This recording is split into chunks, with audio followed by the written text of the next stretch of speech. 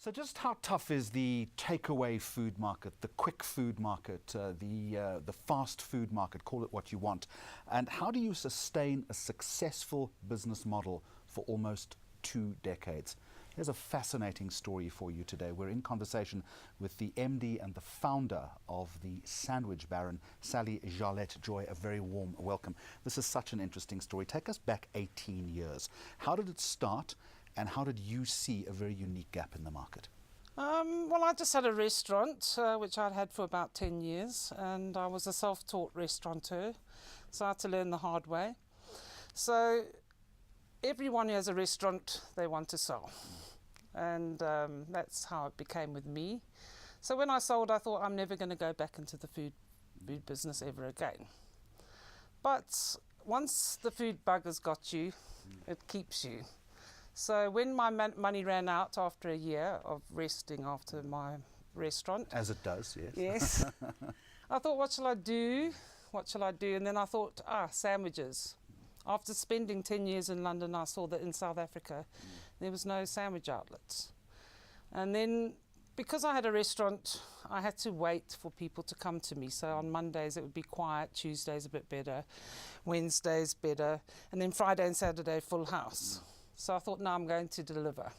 And it wasn't long before the phone was ringing off the hook. And share some of the phone statistics for us. I mean, that's fairly awesome today. I mean, the phone rings off the hook, doesn't it? Yes, so basically our rush is between 11:30 and 1:30.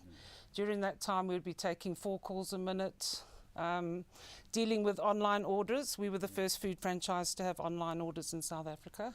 And then also dealing with the passing trade. How difficult was it at the beginning to raise capital for a business like this? Well, it was very, very difficult because I only started with 5,000 Rand.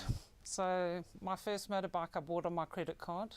And I think I saw it in the Rosettenville Museum recently. It was a very, very old Honda.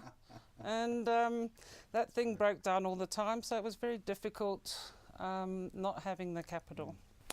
Just in terms of sustaining a successful business model over 18 years, if you could maybe talk to entrepreneurs that are watching our conversation now, what mistakes have you made and how would you do things differently? I'm sure you have.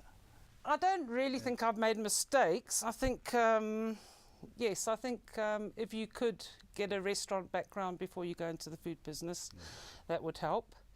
Also business training. I didn't have business training, so in my restaurant I lost a lot of money because I wasn't keeping an eye on the stocks as I should have been. So I think it became so big that all my staff had set up sort of a shop in the townships selling all my stock. And I was so busy that I hadn't realised it was all going out the door. So greater focus on stock management. Yeah. Yes, so stock management. I think if you're going to be in the food business and you don't count stock, then you would be a fool. Let's look forward now, 18 years on. How many outlets have you got and what's the expansion strategy, if in fact there is one? Okay, at the moment I've got 54 outlets nationwide. But predominantly based here in Gauteng? Yes, predominantly in Gauteng. And look, I will continue to open a few a year, maybe 5 a year, but I have sold a master license to open 45 stores in the township, and we're going to be rolling out our first store in Soweto in the next couple of months. What type of person are you looking for who ideally runs a Sandwich Baron outlet? Look, I'm looking for people who have their own money to invest, because I feel if you get given it, you're not going to succeed. Take it a little bit, and you take it a little bit more seriously, don't you? Yes. So generally, I'm selling to people who have their own money and who are prepared to work at the business, and I think that is a big reason why we are successful. That's part of your secret, though, as an entrepreneur yourself. You were telling me a little earlier that you do roll up your sleeves, that you're involved in the day-to-day, behind-the-counter dynamic of the business. That's important, isn't it? I still own 6 stores of my own, so I'm very much on top of what's going on. I often know everything before anyone else knows it. Sally, talk to me a little bit about menu diversification. How do you develop a menu, and when do you know when it's time to take it off and put something else on? I mean, we've got the big, you know, the Tim Noakes banting, healthy eating, no carbohydrates fad or phase, or call it what you like, that people are going through now. Would you have to respond to something like that?